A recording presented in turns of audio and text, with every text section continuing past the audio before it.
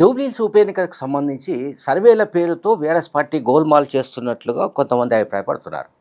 ఇట్లా అభిప్రాయపడుతున్న వాళ్ళలో చాలామంది కేసీఆర్‌కు మిత్రులైన వాళ్ళు గానీ, లేకపోతే బీఆర్ఎస్ పార్టీలో గతంలో చాలా కాలం పనిచేసిన వాళ్ళు గానీ, వాళ్ళు చెప్తున్నారు. అంటే బీఆర్ఎస్‌కు సంబంధించిన సిలబస్, కరిక్యులమ్ ఇట్లా ఉంటుంది. ఎలక్షన్ సందర్భంగా కొన్ని ఫేక్ సర్వేలు జరిపించి, ఆ సర్వేల్లో బీఆర్ఎస్ పార్టీ ఆధిక్యంలో ఉన్నట్టుగా చూపెట్టి, మెజార్టీ మొత్తంగా అటువైపే ఉన్నట్టుగా చూపెట్టి, ఇంకా మిగతా పార్టీలకు ఏవి ఓటు కూడా రాదు, ఒక్క ఓటు కూడా రాదు, వాళ్ళంతా డిపాజిట్స్ కూడా కోల్పోతారని కూడా చూపెట్టి, అట్లా ప్రదర్శించి, ఆ రకంగా ప్రచారం చేయడం ద్వారా ప్రజల మైండ్ సెట్‌ను మార్చడం, ప్రజల్ని సైకలాజికల్‌గా హిప్నటైజ్ చేయడం అనేది వాళ్ళు ఆరితేరిన వాళ్లకు వచ్చిన విద్య, వాళ్ళు అందులో ఆరితేరిన వాళ్ళు అని వాళ్ళంతా చెప్తున్నారు. సో, ఈ మధ్య మనం చూసాం ఒక సర్వే. నేను ఆ సర్వే చేసిన వ్యక్తి గురించి కూడా నేను చెప్పదలుచుకోలేదు కానీ, ఒక సర్వే ఒక వ్యక్తి చేసినట్టుగా చూపిస్తూ, అతను గొప్ప స్ట్రాటజిస్టు, గొప్ప సెఫాలజిస్టు, గొప్ప హిప్నటిస్టు, ఇంకేదో సైంటిస్టు అన్నట్టుగా అసలు బీఆర్ఎస్ పార్టీకి సంబంధించిన మొత్తం ఆర్గాన్స్, మీడియా సంబంధించిన సంస్థలు, లేకపోతే సోషల్ మీడియా ప్లాట్ఫామ్స్ అన్నీ కూడా ఆ సర్వేను భుజానేసుకొని, ఇంకా అయిపోయింది 55% పైగా పోలయ్యే ఓట్లలో 55% పైగా ఓట్లు గుండు గుత్తగా బీఆర్ఎస్కు పడబోతున్నాయి. కారుపై ఆ ఓట్లు ప్రజలు కుమ్మరించబోతున్నారు. కనుక ఇంకా కారు పార్టీకి గుర్తు లేదు, కారు పార్టీకి ఇంకా ఢోకా లేదు అని వాళ్ళు గడిచిన 3-4 రోజులుగా ఈ క్యాంపెయిన్ సాగిస్తున్నారు. సరే, సర్వే చేసిన వ్యక్తి క్రెడిబిలిటీ ఏమిటి, లేకుంటే ఆ సర్వే మెరిట్స్లోకి నేను పోదలుచుకోలేదు. పోలయ్యే ఓట్లలో 55% పైగా ఓట్లు బీఆర్ఎస్ పార్టీకి పడితే, ఇంకా అంతకు మించిన జోక్ అంటామా, లేకపోతే ఇంకొకటి అంటామా, పక్కన పెడదాం. సరే, వాట్ ఎవర్ ఇట్ ఈస్. ఇప్పుడు దానికి కౌంటర్గా ఇంకొక సర్వే వచ్చింది.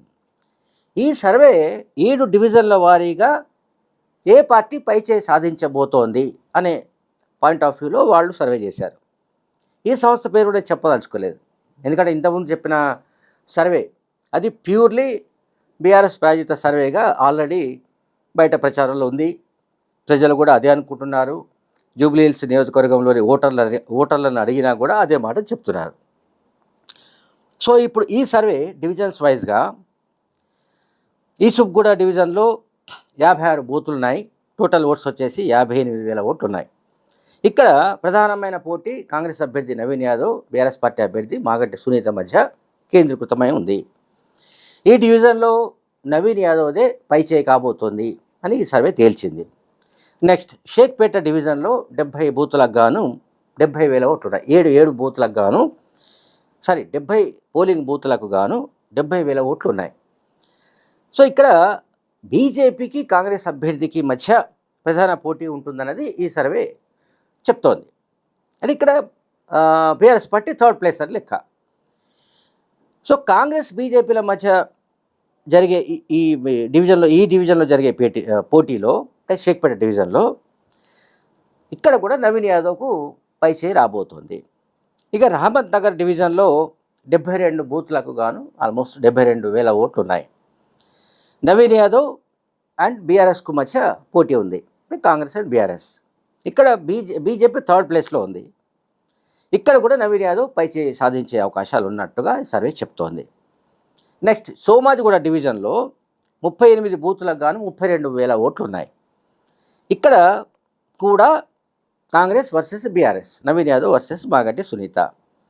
అయితే ఈ డివిజన్లో స్వల్పంగా మాగంటి సునీతకు పైచేయి కాబోతోంది అన్నది సర్వే చెప్తోంది. మాగంటి సునీతకు సోమాజిగూడ డివిజన్లో స్వల్పంగా పైచేయి వచ్చే అవకాశం ఉన్నట్టుగా సర్వే చెప్తోంది. ఆ 5th డివిజన్ అంటే ఎర్రగడ్డ డివిజన్లో 63 బూతులకు గాను 59,000 ఓట్లు ఉన్నాయి. 63 డివిజన్లకు. నవీన్ యాదవ్కు మాగంటి సునీతకు మధ్య పోటీ, కాంగ్రెస్ బీఆర్ఎస్ మధ్య పోటీ ఇక్కడ ఈ డివిజన్లో. అయితే ఇక్కడ కూడా స్వల్పంగా మాగంటి సునీత పైచేయి సాధించే అవకాశాలు ఉన్నాయి. దేంట్లో, ఏ డివిజన్లో? ఎర్రగడ్డ డివిజన్లో. అండ్ వెంగళరావు నగర్ డివిజన్లో 58 బూత్లకు గాను 54,620 ఓట్లు ఉన్నాయి. 54,620 ఓట్లు. ఇక్కడ ప్రధాన పోటీ బీజేపీ వర్సెస్ బీఆర్ఎస్ అండ్ ఇది త్రిముఖ పోటీ హోరాహోరీగా ఉంది అని చెప్తోంది సర్వే. అండ్ బోరబండ డివిజన్లో 50 బూత్లకు గాను 52,000 ఓట్లుంటే ఇక్కడ నవీన్ యాదవ్ పైచే సాధించే అవకాశం ఉన్నట్టు వచ్చింది. అట్లాగే నవీన్ యాదవ్ 2 సార్లు ఎన్నికల్లో పోటీ చేసి ఓడిపోయిన కారణంగా ఆయన పైన సానుభూతి, అలాగే స్థానికుడనే ఒక సెంటిమెంటు, ఇవన్నీ ఆయనకు కలిసి వచ్చే అవకాశం ఉన్నట్టు కనిపిస్తున్నట్టుగా ఈ సర్వే చెప్తోంది. అంటే ఒకసారి ఆయనకు ఛాన్స్ ఇవ్వాలి, మూడోసారి ఆయన పోటీ చేస్తున్నాడు కనుక సింపతి ఫ్యాక్టర్తో ఆయనకు స్వల్ప మెజార్టీతోనైనా ఓట్లు ఆయన వైపు మొగ్గు చూపడానికి ప్రజలు ఓటర్లు ప్రయత్నిస్తున్నారు కనుక ఆయన గెలిచే అవకాశం ఉంది, స్వల్ప మెజార్టీ వచ్చే అవకాశం ఉన్నట్టుగా ఈ సర్వే తెలియజేసింది. ఇక వాగంటి సునీత అంటే బీఆర్ఎస్ పార్టీ అభ్యర్థికి ఒకటి మాట్లాడే టాకింగ్ పవర్ లేదు అనేది ఒక మైనస్ పాయింట్. అండ్ బీజేపీకి కాంగ్రెస్ వ్యతిరేక ఓట్లు అట్లాగే హిందువుల ఓట్లు పడే అవకాశాలు ఉన్నాయి. సో 25,000కు పైగా ఆల్మోస్ట్ బీజేపీ ఓట్ షేర్ కనుక, అంటే బీజేపీకి 25,000 నుంచి పైకి దాటితే బీఆర్ఎస్ పార్టీ తీవ్రంగా నష్టం జరగబోతుంది అన్నది కూడా ఈ సర్వే తేల్చింది. సో కాంగ్రెస్ పార్టీ పరంగా ఇక్కడ అంటే అన్ని డివిజన్స్లో యావరేజ్గా కాంగ్రెస్ పార్టీకి ఎంతో కొంత ఆధిక్యం అయితే వస్తుందనేది చెప్తోంది. అండ్ కాంగ్రెస్ పార్టీకి ఎందుకు ఇది మన ఆధిక్యం ఉండే అవకాశం ఉంది, స్వల్ప మెజార్టీతోనైనా నవీన్ యాదవ్ గెలిచే ఛాన్సెస్ ఉన్నాయనే దానికి సంబంధించి ఈ సర్వే ఫైనల్గా తన నివేదికలో చెప్పిన పాయింట్స్ ఏంటంటే, ఒకటి రేషన్ కార్డులు, రెండోది సన్న బియ్యం, అట్లాగే తర్వాత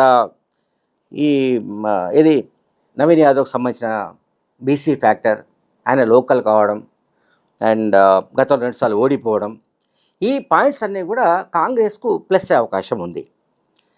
కనుక అంటే ఇద్దరి మధ్య అంటే ఓవరాల్గా ఈ సర్వే వాళ్ళు చెప్పింది ఏంటంటే, బీజేపీ 3rd ప్లేస్లో ఉంటుంది, కాంగ్రెస్ బీఆర్ఎస్ల మధ్య ప్రధాన పోటీ ఉంటుంది. ఈ ప్రధాన పోటీలో ఈ 7 డివిజన్లలో కూడా 1-2 డివిజన్లో ఒకవేళ బీఆర్ఎస్ పార్టీ కొంత ఆధిక్యాన్ని ప్రదర్శించినా, అంటే వాళ్ళకు కొంత ఓట్లు ఎక్కువ పోలైనప్పటికీ మిగతా డివిజన్స్లో కాంగ్రెస్ పార్టీ బ్యాలెన్స్ చేసుకుంటుంది, కాంగ్రెస్ పార్టీ ఓవర్టేక్ చేసే అవకాశం ఉంది. సో స్లైట్ మెజార్టీతోనైనా సరే నవీన్ యాదవ్ బయటపడే అవకాశం ఉన్నట్టుగా ఇది తేల్చింది. సో ఇప్పుడు సర్వేల గురించి మనం ఎందుకు మాట్లాడుతున్నామంటే, మరి ఈ సర్వే సంగతి ఏమిటి? ఇప్పుడు ఒక సర్వేని పట్టుకొని ఇక ఆ సర్వేనే బైబిల్, ఆ సర్వేనే భగవద్గీత, ఆ సర్వేనే ఖురాన్ అన్నట్టుగా ఈ బీఆర్ఎస్ పార్టీకి సంబంధించిన వాళ్ళు, బీఆర్ఎస్ మీడియా సంస్థలు హోరెత్తుతున్నాయి. ఆ ప్రచారాన్ని మామూలుగా కాదు, ఆ సర్వేలు పట్టుకొని ఇంకా వాళ్ళు ఊరు వాడ దాన్ని వాళ్ళు పూరకం వచ్చినట్టు ఊగిపోతున్నారు. అయిపోయింది, మనం గెలిచేసినాం, 55% ఓట్స్ మనకు కారు గుర్తుకు పోలవుతున్నాయంటే, అంటే పోలైన ఓట్లలో మనకు పడుతున్నాయంటే, మనకు పడే అవకాశాలు ఉన్నాయంటే ఇక మనం అంతకుమించి ఇంకా మనం చేయాల్సింది లేదు, గెలుపు మన వైపే ఉన్నట్టుగా బీఆర్ఎస్ చాలా బలంగా నమ్ముతోంది. వాళ్ళు ఇప్పుడు ప్రశాంతంగా కంటిన్యూ నిద్రపోతున్నట్టు కూడా తెలుస్తోంది. Thank you very much.